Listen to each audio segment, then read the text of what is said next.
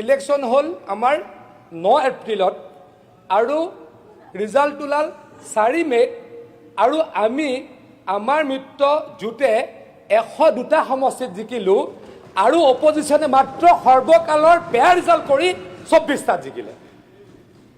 তাৰপিছত এই হুলস্থুল কৰে অধ্যক্ষ ডাঙৰীয়া মূল্যবৃদ্ধি অধ্যক্ষ ডাঙৰীয়া মূল্যবৃদ্ধি কিহৰ কাৰণে হৈছে?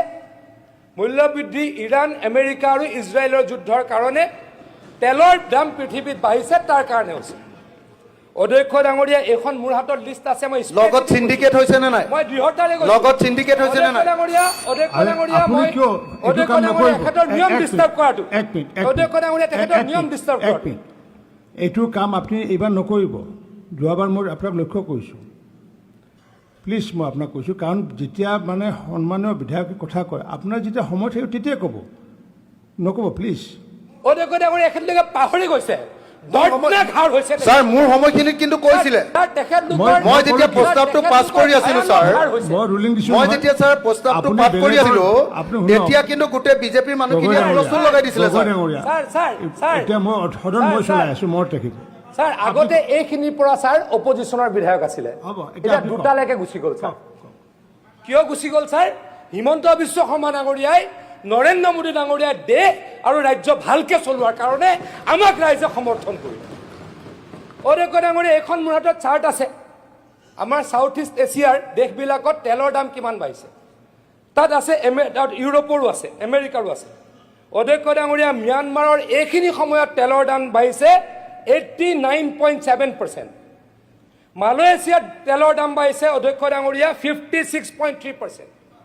পাকিস্তানত অধ্যক্ষ ডাঙৰীয়া তেলৰ দাম বাঢ়িছে 54.9%। ইউনাইটেড ষ্টেট অফ আমেৰিকাত অধ্যক্ষ ডাঙৰীয়া তেলৰ দাম বাঢ়িছে 44.5%। ফ্ৰেন্সত 22.1%। নেপালত 38.2%।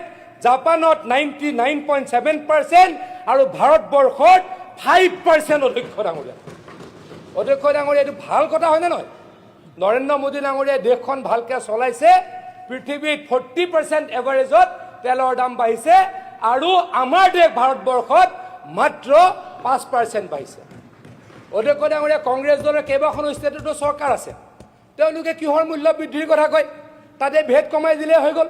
তেলেংগানাত ভেট কমাই দিয়ক, কৰ্ণাটকাত ভেট কমাই দিয়ক, কেৰেলামত ভেট কমাই দিয়ক, তাতেতো ভেট কমোৱা নাই আৰু ইয়াত আহি তেওঁলোকে আন্দোলনৰ নাটক কৰে। অধ্যক্ষ ডাঙৰীয়া তেওঁলোকে আকৌ কৈছে পাহৰি গ'ল মাত্ৰ 1 মাহৰ আগত হোৱা ইলেকশ্যনত তেওঁলোকৰ অসমৰ ইতিহাসত সকলোতকৈ বেয়া ৰিজাল্টটো হৈছে। আপাৰ আছামত অধ্যক্ষ ডাঙৰীয়া মাত্ৰ 2টা সমষ্টিত অপজিশ্যন জিকিছে, তাতে নাওবৈচাটো কেনেকৈ জিকিছে জানে? ভাতৃ জয়প্ৰকাশ দাস ডাঙৰীয়াৰ সমষ্টিত 50% আমাক ভোট নিদিয়া 50,000 আমাক ভোট নিদিয়া মানুহ আছে। গতিকে অধ্যক্ষ ডাঙৰীয়া তেওঁলোকে আপাৰ আছামত একেবাৰে ফিনিছড হৈ গৈছে। কাৰ কাৰণে? হিমন্ত বিশ্ব শৰ্মা ডাঙৰীয়াৰ বিশ্বখনত